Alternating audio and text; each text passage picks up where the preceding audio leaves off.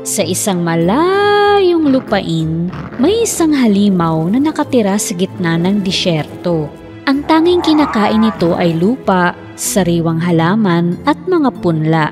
Sa di kalayuan sa disyerto, may isang kaharian na hindi pa nito natutuklasan at hindi pa nakakain nito ang lupa dito. Ang hari at reyna ng kahariang ito ay hindi magkaanak at labis silang nalulungkot dahil dito. Isang gabi, hindi makatulog ang reyna kaya palihim siyang lumabas ng palasyo. Namasyal siya sa disyerto. Bagamat napansin siya ng halimaw ng disyerto, hindi siya nilapitan nito at hindi rin sinaktan dahil ang tanging gusto nito ay kumain ng halaman at sariwang lupa lamang. Sa sandaling iyon, isang bituin ang nahulog at nag-iwan ng berdeng bakas sa langit. Nang makita ang bulalakaw, agad na humiling ang reyna. Sana magkaroon ako ng anak na babae. Yayakapin at palalakihin ko siya ng may pagmamahal. Sa sandaling iyon, isang diwata ng bituin ang lumitaw sa harap ng reyna. Oh, ikaw ay isang diwata. Hindi ako makapaniwala sa nakikita ko. Oo, mahal na reyna. Narinig ko ang hiling mo, kaya narito ako sa iyong harapan. Kung gusto mong magkaroon ng anak, maglakad ka sa disyertong ito ng 7 araw at gabi at masosorpresa ka sa hiwaga ng mga bituin. At naglakad-lakad nga ang reyna sa disyerto sa loob ng 7 araw at gabi, umaasa sa sinabi ng diwata ng bituin.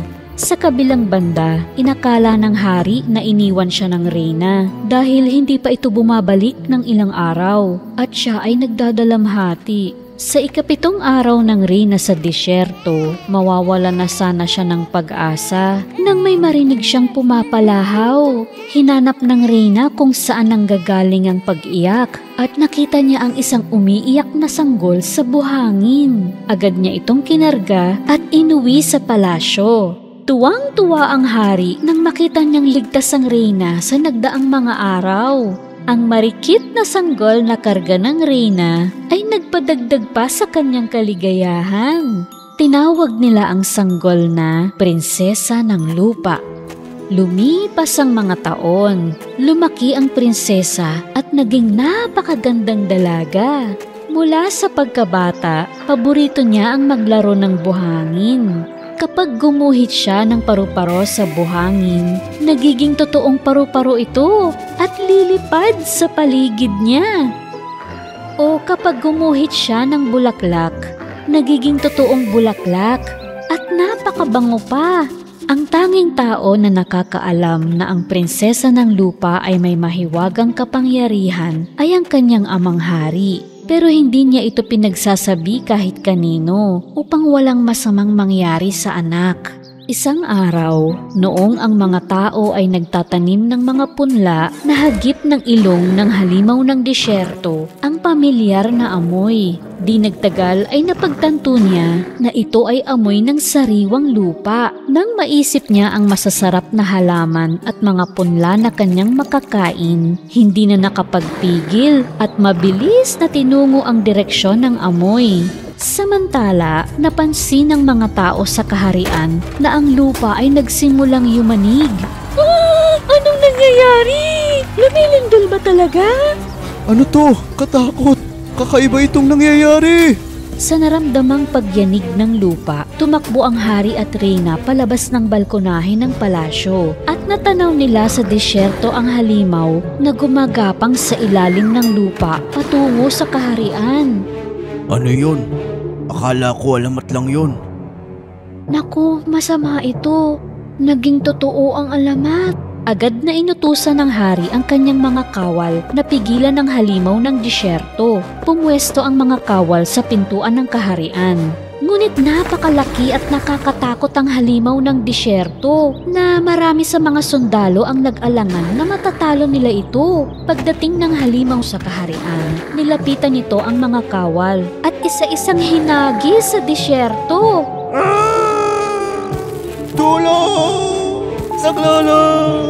Naku, ang mga kawal ko, ang kaharian, Nang makita ito ng mga tao, huminto sila sa pagsasaka ng lupa at tumakas upang iligtas ang kanilang mga buhay. Nagpatuloy sa pagkain ng halimaw, bawat punla, bawat sariwang halaman na nakita nito, habang ang mga tao ay nagkakagulo sa takot at hindi alam kung ano ang gagawin. Buong lakas na lumabas ang hari sa kanyang palasyo. Sinundan siya ng prinsesa.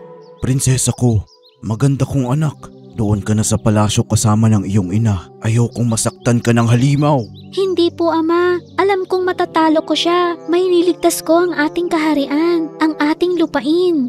Hindi gusto ng hari ang kanyang nag-iisang anak, ang prinsesa ng lupa, na harapin ang halimaw ng disyerto. Kaya't iniwan niya siya. Kinuha ang espada at sumugod patungo sa halimaw na kumakain ng matabang lupa. Sinubukan niyang pigilan ito, ngunit nabigo siya. Nang makitang susunggaban ng halimaw ang hari upang itapon sa disyerto, hindi nakatiis ang prinsesa ng lupa. Gumuhit siya ng kalasag sa buhangin at naging totoong kalasag ito. Pinrotektahan ng prinsesa ang sarili gamit ang kalasag na iyon at tumakbo patungo sa halimaw. Kahit na binabato ng halimaw ng buhangin ang prinsesa, sumusugod pa rin siya. Yumuko ang prinsesa ng lupa at gumuhit ng malaking balde sa buhangin. Naging totoong balde ito dahil sa kanyang mahiwagang kapangyarihan. Dinampot ng prinsesa ang balde at hinagis ito sa halimaw. Sumuksok ang balde sa ulo ng halimaw at hindi na matanggal. Walang makitang kahit ano ang halimaw at hindi na nito makakain ang mga pananim sa lupa. Di nag-aksaya ng panahon ng prinsesa. Inipon niya ang lahat ng lakas at lumikha ng isang buhawi upang higupin nito ang halimaw at tangayin palayo sa kaharian. Napakalaki at napakalakas ng buhawing ito na nilamon nito ang halimaw sa isang iglap at dinala malayo sa kaharian. Ang mga taong nakasaksi sa pangyayari ay parehong labis na namangha at nasiyahan. Napagod ang prinsesa sa kapangyarihan na ginamit niya. Agad na tumakbo ang hari papunta sa kanya at niyakap siya. Niligtas mo ang aming buhay, ang ating lupain, ang ating kaharian. Mabuhay ang prinsesa ng lupa! Mabuhay ang mahal na prinsesa! Mula sa araw na iyon, matapang na pinrotektahan ng prinsesa ng lupa ang lahat ng lupain sa kaharian, magpakailanman. Dahil kung walang lupa, walang buhay. At higit na mas alam ito ng prinsesa ng lupa. Noong unang panahon, mayroong isang mayamang lalaki na may 3 anak na babae. 2 sa kanila ay talagang sakim at makasarili. Ngunit ang isa ay may puso na puno ng pagmamahal at kabaitan. Isang araw, nakatanggap ng balita ang kanilang ama na ang kanyang mga barko ay lumubog dahil sa bagyo. Nawala ang kanyang kabuhayan at ang tanging naiwan sa kanya ay ang bahay nila. Ang 2 sakim na magkapatid ay naiinis sa sinapit na kapalaran. Wala silang ginagawa buong araw kundi ang umupo at magreklamo. Si Beauty lang ang gumagawa ng lahat ng gawaing bahay. Maya-maya, nabalitaan ng ama na ang isa sa kanyang mga nawawalang barko ay napadpad sa daungan. Naghanda siya upang puntahan ito agad. Bago siya umalis, tinanong niya ang mga dalaga. Ano ang gusto niyong pasalubong pagbalik ko? Damit! Sapatos! At alahas! At ikaw, Beauty, ano ang gusto mo? Isang rosas lang po, tatay. Matapos ang mahabang paglalakbay, dumating ang ama sa daungan. Ngunit wala nang laman ang barko at hindi na rin ito magagamit. Malungkot at pagod, naglakbay na siya pabalik. Halos madilim na nang marating niya ang kagubatan. Napakalamig dahil nagninyebe.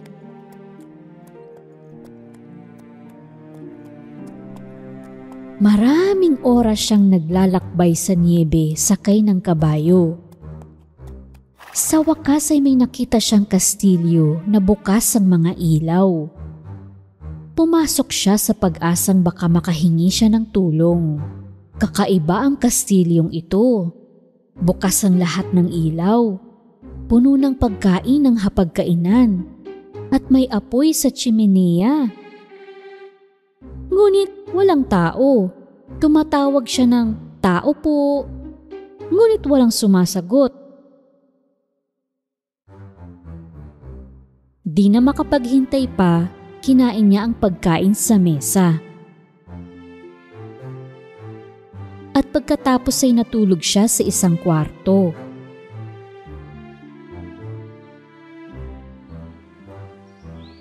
Nang magising siya kinaumagahan, natagpuan niya ang bagong damit sa tabi ng kama. Pagbaba niya, isang masarap na almusal sa mesa ang nakahain para sa kanya. Siguro ay pag-aari ng isang matulungin na diwata ang kastilyo na ito dahil hindi niya ako tutulungan kung hindi. Nais ko siyang mapasalamatan. Nang paalis na siya, napansin niya ang hardin ng mga rosas. Hindi ko man maibibigay ang hiling ng dalawang anak ko. Ang hiling ni Beauty ay maibibigay ko. Naisip niya sa sarili. Pagpitas niya ng isang rosas, parang lumindol sa paligid. Dahil sa malakas na ungal, isang nakakatakot na halimaw ang lumabas mula sa likod ng mga puno. Halos mahimatay siya nang makita ang halimaw.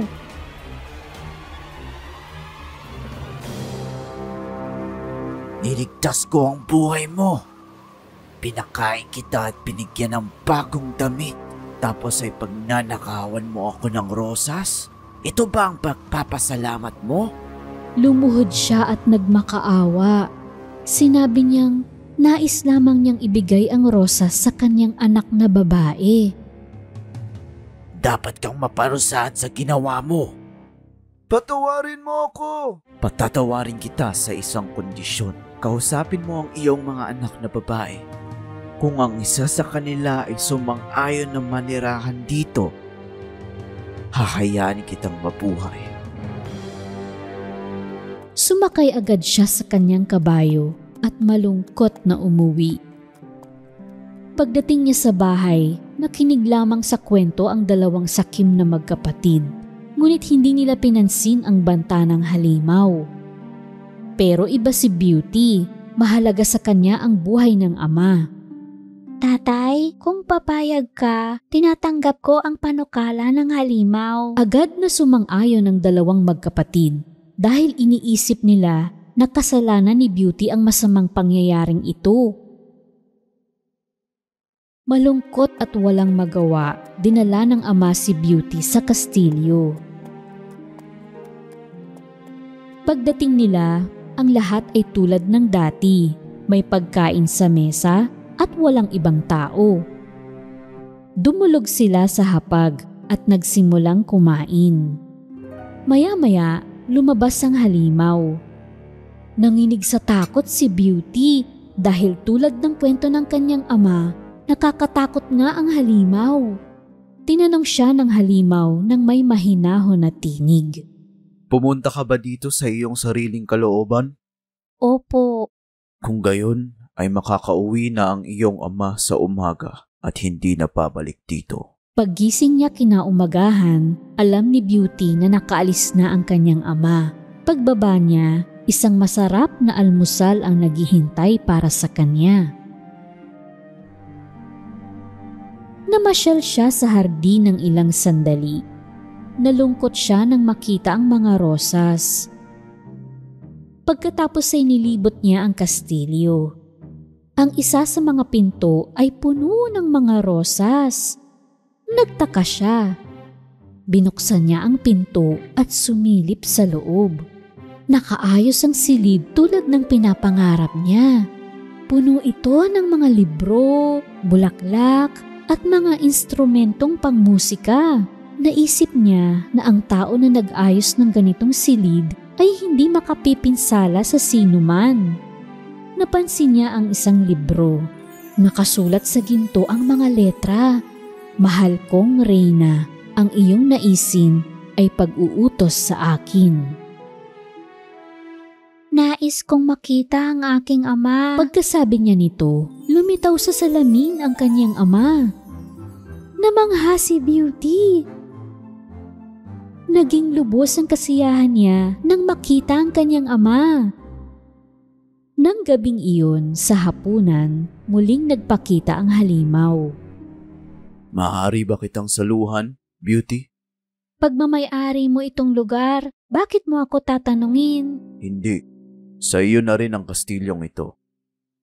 Kung ayaw mo akong kasalo, aalis na ako. Nagulat si Beauty sa sinabi ng halimaw. May tatanong sana ako sa iyo. Sa tingin mo ba talagang pangit ako? Nung una, hindi niya alam kung anong isasagot, kaya tumingin siya sa halimaw at tumango, nagpapahiwatig ng oo.